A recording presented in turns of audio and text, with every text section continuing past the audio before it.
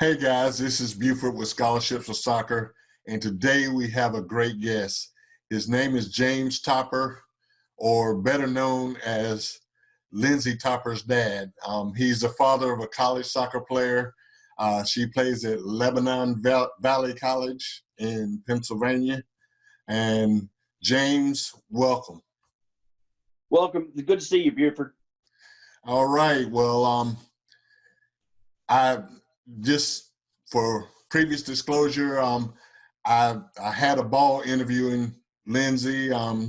Very, very well spoken young lady, and I know you're just super proud. So I just wanted to get that out of the way. Yeah, we are proud of her. She's done well for herself. Very good. All right. So let's take a journey back to high school days. And when did you guys start the recruiting process? We started looking at it for freshman year in the fall, and then we were putting things together in our head, putting a plan together, and it was kind of a bonus for me because I was Lindsay's coach at the travel level, and as well as her coming out of her junior high team, I was her coach there. So, we were putting things together, and then she had a catastrophic injury to her knee, and that put the kibosh on that for a little while. So her sophomore year was kind of an odd year for her. We started over again her junior year, but coming out of an ACL knee injury, it's slow. So her junior year, fall, she didn't see a lot of action just because, she was tender on the knee. Her time really started her junior year, spring season is when she really started, and she had to make up time. You know what I mean? So Yes. It's like, it was odd for her, but she spent a little time away from me on another team. And then that next spring, she got back with me, and we really started to plan to try to get her in front of eyes. And our club was great. I can't say enough about Penn Legacy. They had gentlemen there that taught us what to take these kids, where they thought we would get the most eyes for the style of play that we played out of our club. Certain colleges would come to Legacy looking for our style of play.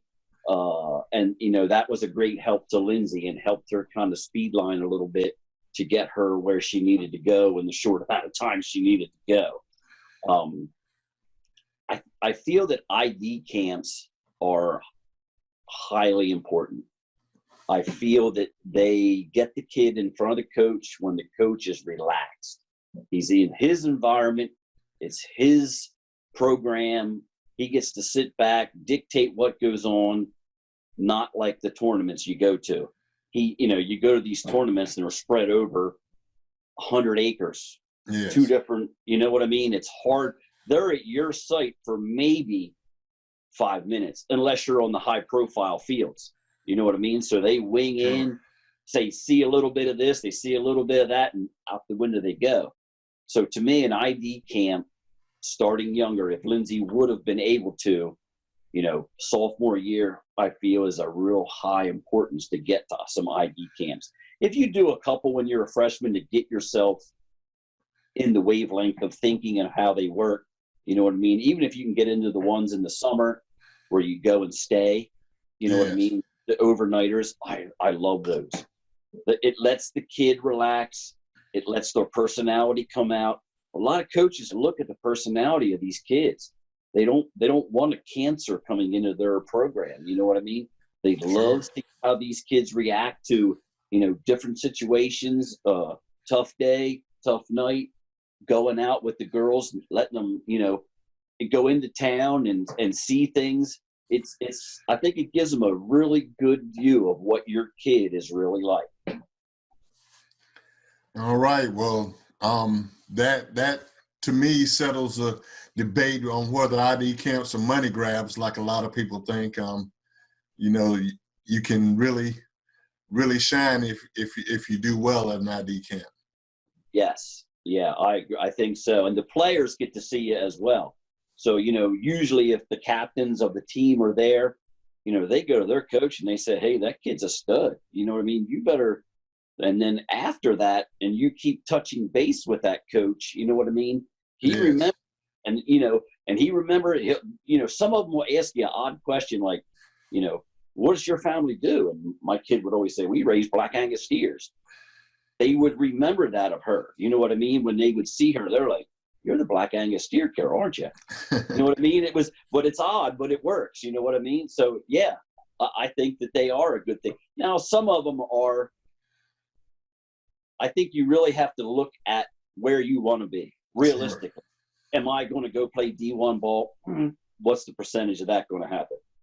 You know what I mean? So realistically, look at them, put yourself in the place where, yeah, I can actually play this game with this team. You know what I mean? This is my style of play, blah, blah, blah, that kind of stuff. But you have to look at it that way, I think, to make the camp effective for you. Because if you go in and you're more playing a speed, a long launch ball, high speed team, and you're a team that keeps the ball, are you going to look that good? I don't think. Yeah. So I think looking at that kind of stuff, I think ID camps are highly effective. Okay. Now, being a coach, in our Facebook group, we have a lot of debates about, what's the best level? Is it ECNL? Is it, the now defunct girls DA or whatever? How important do you think it is, or how non-important do you think it is as to what league that, your child plays in? Did your daughter play in the top leagues, or? My daughter played she started out, because of coming out of the knee, she was in a B-level team. And then once she got her full strength back, her mindset was good. She jumped into an A spot and into an A team with me, and she flourished. And you could see it. She was with a group of girls that clicked like really nice, and they played a really nice game of build from the back, a little possession with purpose. So they did good as far as A-level team.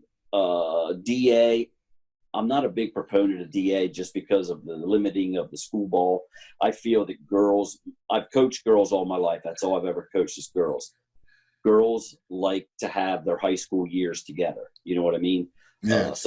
Some of these high school kids, they've played together since they were 5 through school. You know what I mean? Our school was very small, so it was really, really important for Lindsay to play with her classmates as she went up.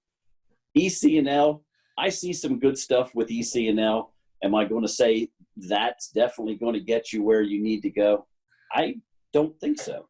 You know what I mean? I like really nice tournaments that have the schools there that you are interested in. You know what I mean? Communication between you and that coach, letting him know that, yeah, you feel that you would be of value to his team, that you're a valuable student, first and foremost, but, to his team, you would be an asset, and then show it. You know what I mean? Show it at his ID camp. Show it at a tournament that he's going to be at. Frequent conversations with him via email. You know what I mean? I feel that does a lot. And a lot of coaches said to Lindsay, I really appreciate you checking. My daughter would email them and say, hey, I saw your game at Westchester University this weekend. You guys played really well. I was impressed by this. And they were like, you were there? And she was like, yeah, I'm interested in your school. I want to see, what your team is really like when they, and that's what she did. And they really, they dug that. They thought that was neat. Okay, well, that is great. Now, as she, went through the process of narrowing schools, did you leave all that entirely up to her, or, did you provide some advice, or did you, really get involved? Because we all know when it gets to, junior and senior year, money comes into play. Yes, it does. I kind of took my daughter and I are, how should I say, like, we have good conversations. Like, she has some really good thoughts. She has enough knowledge to know that I may not know enough about that. Let me ask my dad. She would ask me my opinion on certain things. I would give her my open, honest answer. Do I feel you could play with that school? No, I don't feel that you could. I don't feel that's you. You know what I mean? So she would think about that, and she would go, yeah, you're right, because I kind of like, this and that. So we would have good conversations. We left the decision up to her as far as where she wanted to go. But we made her have 3 schools highlighted for her where she had actual plans to go to. So after certain tournaments and stuff, she would get coaches that would come up to me and give me a card, with their name, their comments, how they rated her during her play, blah, blah, blah, with a phone number and an email address, and said, please have Lindsay contact me. So we went through that with dozens of schools, and she narrowed it down to the 3, and we discussed it. She had her heart set on playing Division II ball. That was her mindset, that's where she wanted to go and play. And, after she got there, she had a change of heart. And, I didn't hold anything. It was her adult decision. You know what I mean? Because she's getting, so she made a decision to leave that, and we supported right behind her because we knew, she had a plan. She made up her mind. She left in a fall after the season was over, and she was admitted into her new school of LBC by January. So she went midterm, switched, got in, coach took her in. It's like she never skipped a beat. Yeah, so mostly up to her, Buford, I would say, yes. Okay. Now, originally when you were in the recruiting process, when did money come up with the coach? Did you guys initiate it, or did the coach usually initiate the money conversation? They did not initiate the conversation.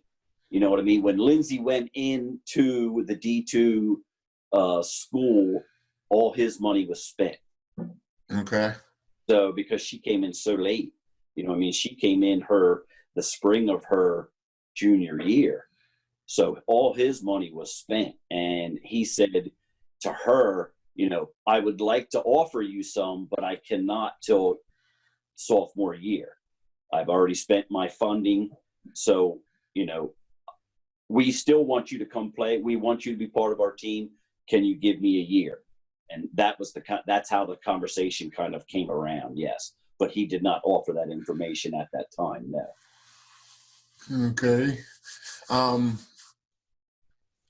Now, she gets to college, and her freshman year. Now, when she decided to transfer, was it that she was unhappy at her school, or she just saw a better opportunity at another school? What it was mainly was time. She was in the PSAC conference, Pennsylvania. So, our state's fairly long. So she was at East Stroudsburg, and they were playing in Erie, PA. So they would spend 9-10 hours on a bus ride. Yes. You know what I mean? So they would be gone 2 or 3 days for one game. And her studies, she was like, for the playing time that she was getting, she was like, I'm spending all this time on this bus away from my studies. And her grade point average was still high because she's just a driven kid. But she kind of looked at it like, when my studies get harder, am I going to be able to do this?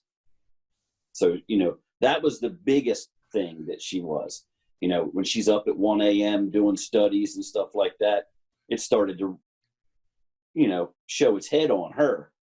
So she started thinking, she thought, okay, well, if my playing time picks up, maybe it's worth it. So she went into her sophomore year. So we're like, okay, give it another year. She went into her sophomore year. Her playing time did not pick up. The travel was just as much as it was. The 2-a-days, the lifting, and all the other stuff, the hours in each day. She was just like, I am not going to be able to keep my studies up doing this for the time that I'm getting on the field. So she said, I think I need to look for a D3 school where it's a little more, not as much time invested in the Yes. sport. So that was her main decision, was that. Yeah. And, you know, the thing was, she went to this other school, and it resembles our high school. Buford is small. You know, the campus is small. She went in there and she just felt it. And, you know, the coach that was there was, you know, a neighboring club coach, and she had heard of Lindsay. And as soon as her name came up that she was transferring, she was in contact. So it was like, you know, it was meant to be. It really was. Yeah. Okay. Yeah. All right. Now, if you could give parents, you know, such as myself, who got a rising junior or even, you know, a rising senior, one bit of advice, what would it be? Persistence, confidence in yourself. You know, make sure that you evaluate correctly the school you want to go to, the level of play of that team. Can you really play there? You know what I mean? Don't waste your time. You know what I mean? If it's one of these things where it's like, I just want to go there because it's, you know, this school. Yes. Make sure you can, you know, when you go in there with your head up, knowing that you can play with this team and you can be an asset. Your confidence is up. Everything is up. Be persistent with the coach. You know, these coaches sometimes are not good communicators. You know what I mean? Yes. They are not going to hunt you down normally. You know what I mean? We have just seen that, you know, you need to get your face and your communication to them. Them getting theirs to you is a different story. You know what I mean? So be persistent, have confidence in it, have confidence knowing that you could really do good, be an asset for that team. Yeah. And it makes a world of difference in the kid. Yeah. All right. Well, James, you've given us a lot of knowledge, a lot of great advice. Certainly appreciate you coming on and sharing your knowledge with us. Know you got a lot of things to do, so we're going to let you go. And I wish Lindsay luck there at, I guess they call it LVC. Yep. And wish you luck as well in your season whenever we get to play. Thank you, Buford. I appreciate it coming on. All right. You have a good one, James. You too. Thank you. Bye-bye.